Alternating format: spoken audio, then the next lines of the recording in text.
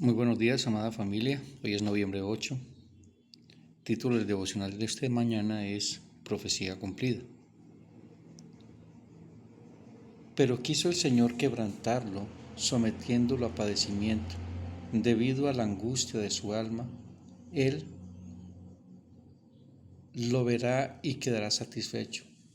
Por su conocimiento, el justo, mi siervo, justificará a muchos y cargará las iniquidades de ellos. Isaías 53, 10 al 11.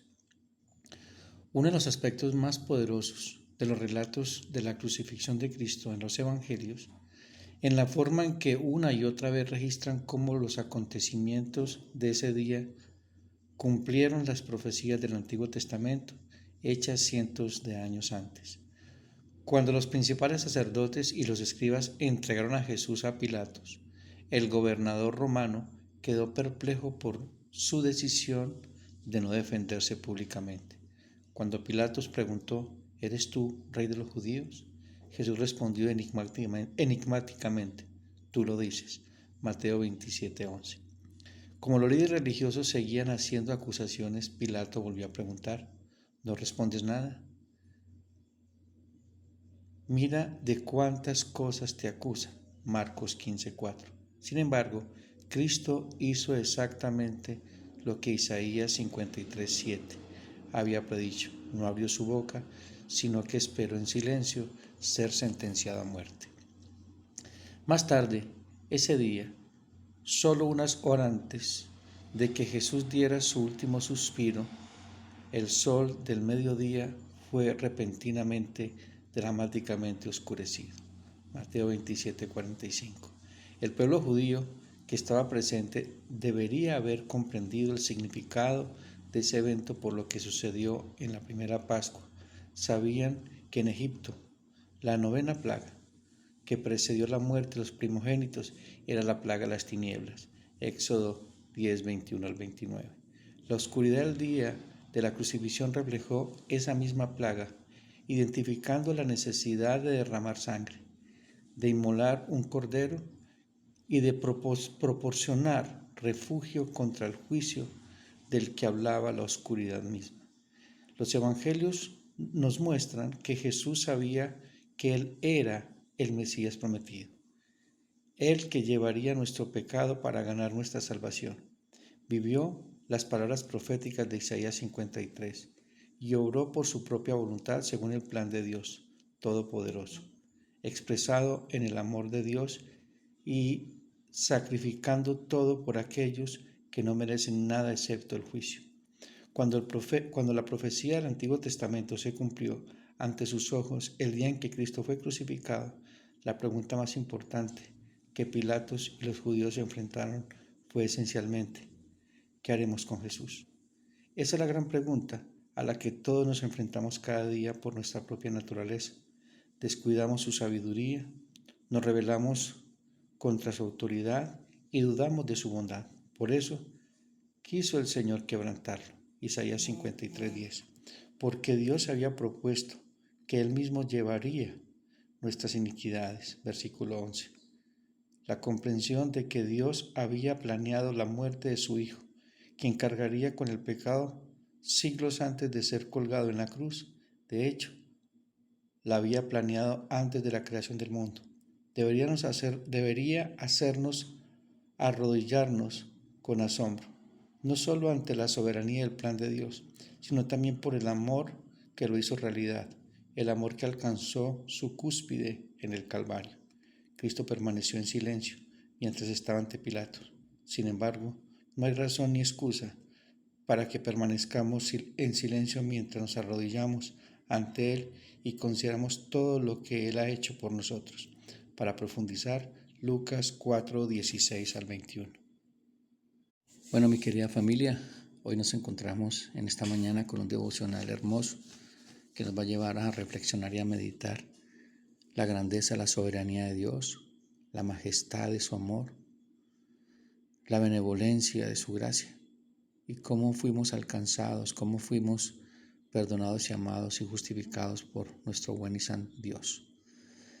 Que es importante entender, mis hermanos, que en las manos de Dios nada pasa por por el azar o por la suerte o accidentalmente. Dios soberanamente había planeado la ejecución de su único Hijo y fue antes de la fundación del mundo, porque como dice la Escritura, Él nos amó antes de la fundación del mundo. El texto base lo leeremos, que es Isaías 53, 10 al 11.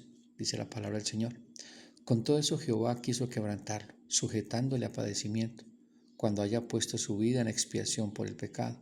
Verá linaje, vivirá por largos días, y la voluntad de Jehová será en su mano prosperada. Verá el fruto de la aflicción de su alma y quedará satisfecho.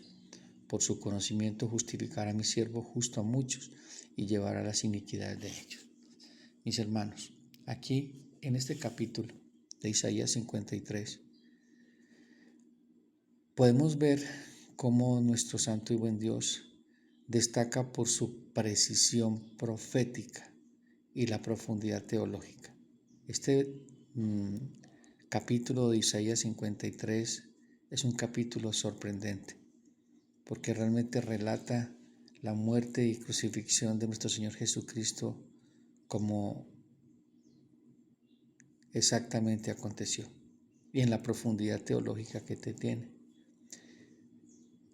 Fueron 700 años antes de la crucifixión de Cristo, y aquí se describe en este pasaje, nos presenta un retrato tan detallado de la pasión de Cristo que parece más realmente un reportaje histórico que una profecía. En esta mañana, mis hermanos, nos centraremos en 2 versículos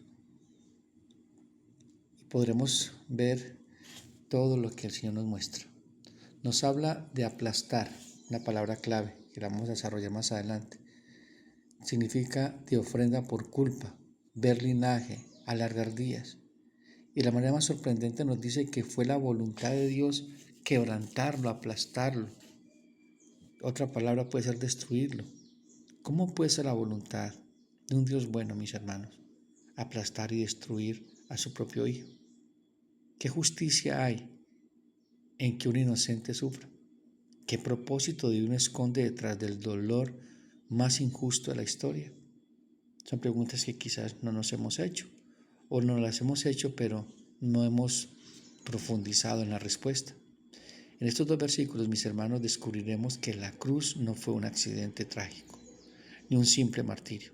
Fue un acto soberano, deliberado y satisfactorio de la justicia y el amor de Dios.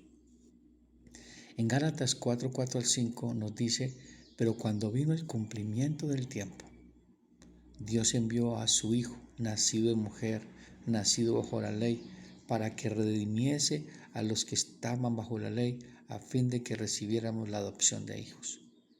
¿Escucharon eso? Cuando vino el cumplimiento del tiempo. Hermanos, el tiempo de Dios es perfecto y todo lo que Él ha planeado se cumple. Y esto es impactante, mis hermanos, porque pocos pensamos en esto. Así como se cumplió el tiempo del advenimiento de nuestro Señor Jesucristo, de nacer en una virgen, y todo lo que leemos en los evangelios, también leemos en los evangelios que Él regresará. Pero eso lo veremos más adelante en el devocional. Muchos esperan señales grandiosas, pero Dios suele esconder sus mayores triunfos, mis hermanos, tras velos de dolor. ¿No les ha pasado eso? Hay cosas que a veces no podemos explicar, el dolor que estamos viviendo, una situación, una prueba, un desierto, una crisis familiar, pero detrás de ese dolor Dios está obrando, así como lo hizo con Cristo. En Isaías, 7 siglos antes de Cristo, describe a un siervo quebrantado y sin embargo vencedor. Hermanos, la cruz no fue un accidente, fue la llave maestra del plan eterno de Dios. En Isaías 53, 10 al 11 vemos 4 notas que afinan todo el Evangelio. La voluntad soberana de Dios. Quiso Jehová quebrantarlo. Vemos también el sacrificio sustitutorio, cuando haya puesto su vida en expiación por el pecado. Vemos también la resurrección y su fruto. Verá linaje y quedará satisfecho, prolongará sus días. Satisfacción y justificación. Verá el fruto de su aflicción de su alma y quedará satisfecho. Justificará a mi siervo justo a muchos. Así veremos al profeta, la profecía cumplida, mis hermanos en Cristo, planeado por el Padre, ejecutado por el Hijo y aplicado por el Espíritu y degustado por la Iglesia. Miremos el primer punto, la soberana voluntad en el sufrimiento. Pero quiso Jehová quebrantarlo, sujetándolo a padecimiento. La primera verdad que impacta es que el sufrimiento del siervo no fue casualidad, no fue el resultado final de un complot humano. La palabra hebrea, shapetz, significa se complació, indica un deleite, una determinación y propósito. La cruz no tomó a Dios por sorpresa, fue el plan eterno de la justicia perfecta de Dios manifestada en la muerte y resurrección de nuestro Señor Jesucristo. ¿Qué dice la palabra del Señor en 1 Pedro 18 al 20? Sabiendo de que fuiste rescatados de vuestra vana manera de vivir, la cual recibiste de vuestros padres, no con cosas corruptibles como oro o plata, sino con la sangre preciosa de Cristo, como de un cordero sin mancha y sin contaminación, ya destinado antes de la fundación del mundo, pero manifestado en los posteriores tiempos por amor de vosotros, soberanamente, desde antes de la fundación del mundo. Ya estaba todo planeado. Qué glorioso es descansar y confiar en un Dios todopoderoso que ya tiene un plan perfecto. Pues es necesario que renovemos nuestro entendimiento para que podamos comprender cuán perfecta y buena es la voluntad de Dios. Hay un texto que está en Hechos 2, 22 al 24, cuando el apóstol Pedro está predicando su primer sermón. ¿Qué dice Pedro? Varones israelitas, oí estas palabras: Jesús Nazareno, varón aprobado por Dios, entre vosotros con las maravillas y prodigios, señales que Dios hizo entre vosotros por medio de él, como vosotros mismos sabéis, a este, y escuchen, entregado por el determinado consejo y anticipado conocimiento de Dios. Fue Dios quien entregó a su Hijo para ser crucificado. No fue voluntad de hombres, no fue el plan o el resultado de las maquinaciones del Sanedrín. Y luego dice: prendisteis y matasteis por mano de inicuos, crucificándole, el cual Dios levantó, suelto los dolores de la muerte, por cuanto era imposible que fuese retenido por ella. Hermanos, esto nos enseña una doctrina fundamental: la soberanía absoluta de Dios, incluso sobre el mal. Hermanos, y saquémonos de la mente esto, porque hemos visto como si el enemigo de nuestra alma estuviera a la par con Dios, es decir, como una igualdad de fuerzas. No, Dios es soberano y gobierna sobre toda la creación. No hay nada que no está bajo su control. Y eso tiene que llenarte de seguridad y de paz. Hermanos, Dios es soberano, eterno, poderoso y Dios. Él no es el autor del pecado, pero lo gobierna soberanamente para cumplir sus propósitos redentores. Y allí es donde cobra vida este versículo que tanto nos damos de memoria. Y sabemos que a los que aman a Dios todas las cosas ayudan a bien. Todas, absolutamente todas las que aún ni siquiera podemos comprender, aún las más dolorosas, aún las más incomprensibles, Dios las sustenta, Dios las dirige. ¿Y cuál es el bien? Esto es a los que conforme a su propósito son llamados, es decir, a nosotros, porque a los que antes conoció, ¿desde dónde? Desde la fundación del mundo, también los predestinó, les dio un destino. ¿Cuál es el destino? Para que fuésemos hechos conforme a la imagen de Cristo, es decir, conforme a la imagen de su Hijo. Ese es nuestro destino, para que Él sea el primogénito entre muchos hermanos. Esto es lo que Dios hizo en la cruz, desde antes de la fundación del mundo. Entonces, mis hermanos, miremos que la satisfacción del sacrificio de Cristo fue perfecta. Hermanos, Dios no es un juez caprichoso. Su santidad exige que el pecado sea castigado. Él no pasa por alto el pecado, como dice Romanos 6:23, porque la paga del pecado es muerte, mas la dádiva de Dios es vida eterna en Cristo Jesús, Señor nuestro. Y eso fue lo que pasó en la cruz. La muerte de Cristo pagó la deuda, pero también la resurrección de Cristo nos dio vida eterna. La frase ofrenda por la culpa en hebreo se refiere a un sacrificio específico que compensaba una ofensa y restauraba una relación quebrantada. Dios restauró en sí mismo por medio de Jesucristo su relación con nosotros. ¿Cuál relación? No de salvos, sino de hijos. Es que Dios no solamente te salvó, te hizo hijo, heredero de Dios, coheredero con Cristo. Dice que con Cristo somos sentados en lugares celestiales, después de haber estado en la podredumbre del pecado, en la oscuridad de un mundo caído, el Señor nos rescata.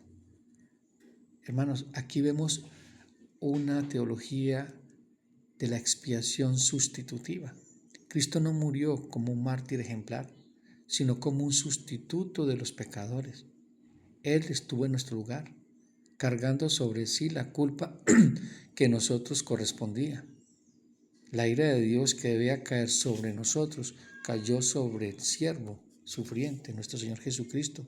Su muerte fue una propiciación, es decir, Él propició, Él ayudó, no es que ayudó, Él fue el mediador para reconciliarnos con el Padre.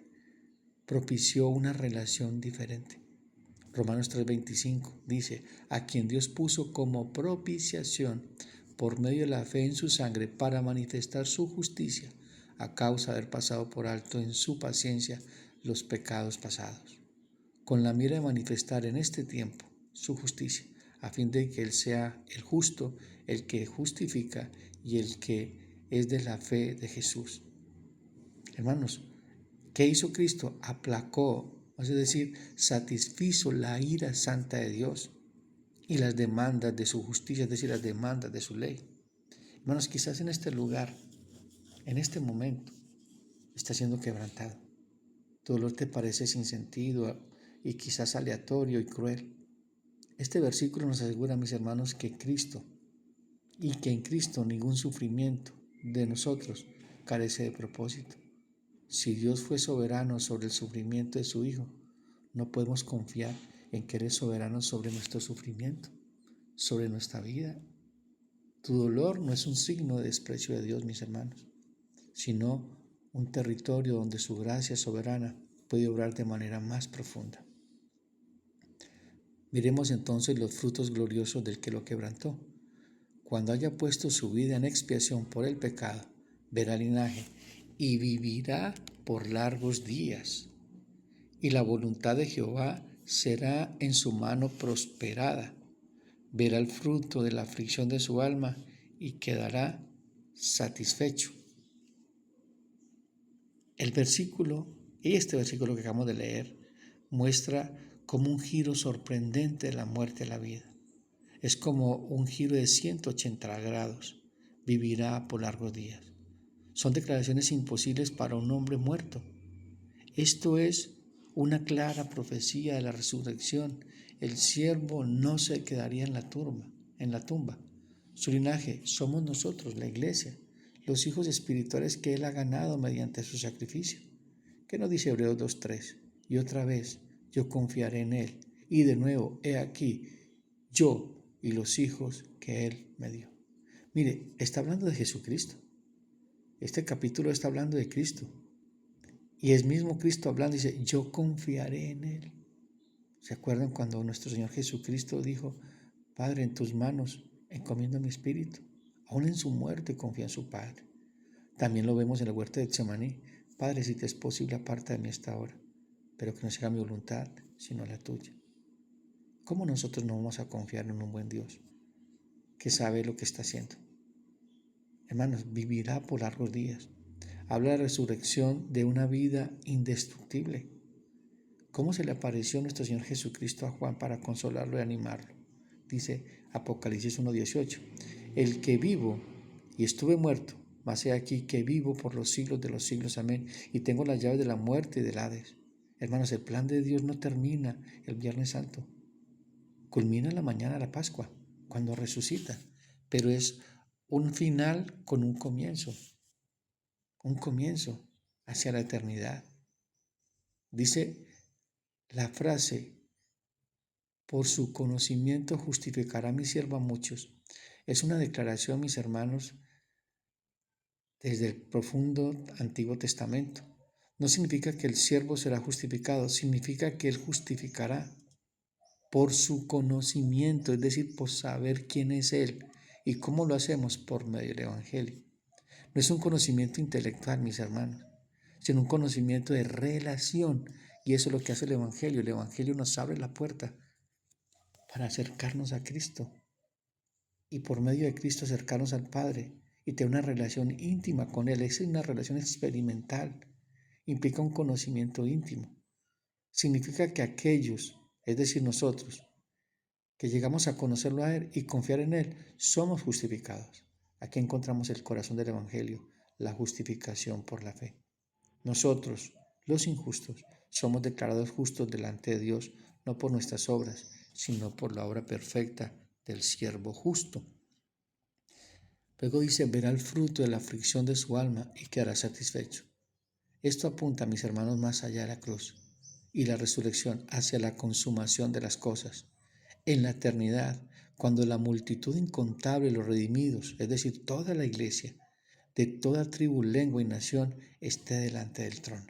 Apocalipsis 7:9 dice, después de esto miré, y aquí una gran multitud, la cual nadie podía contar, de todas las naciones y tribus y pueblos, lenguas que estaban delante del trono, y de la presencia del Cordero, vestidos de ropas blancas y con palmas en las manos. Hermanos, el Cristo exaltado, nuestro Señor, verá el fruto de su agonía. Y el que gritó, ¿por qué me has desamparado?, estará satisfecho. El gozo de redimir a su esposa habrá valido la pena el dolor.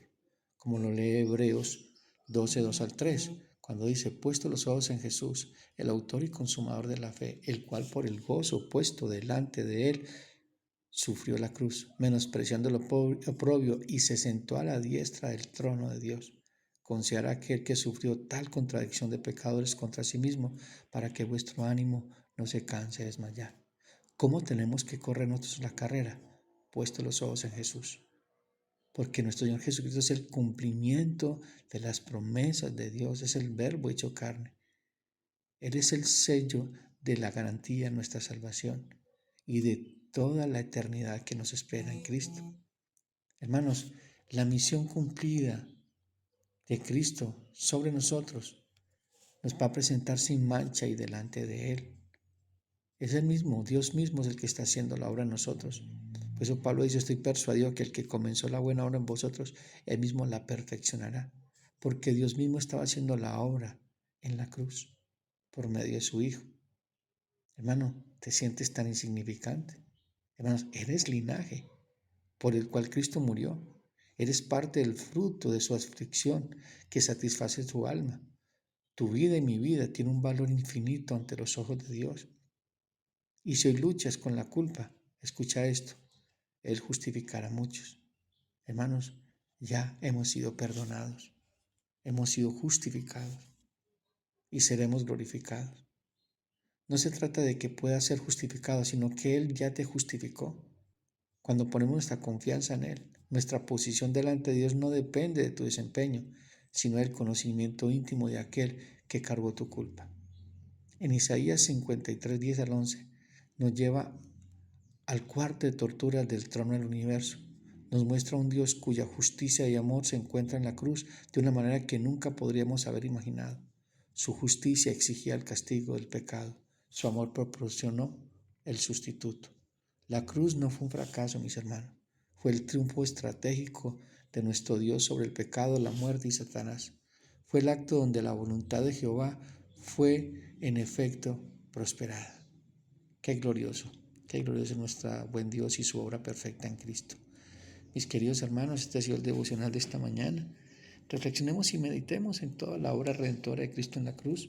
Él nos llama a predicarnos el Evangelio todos los días, no solamente a leerlo o a escucharlo, sino a reflexionar, meditar y llevarnos a ver la grandeza de nuestro buen Dios.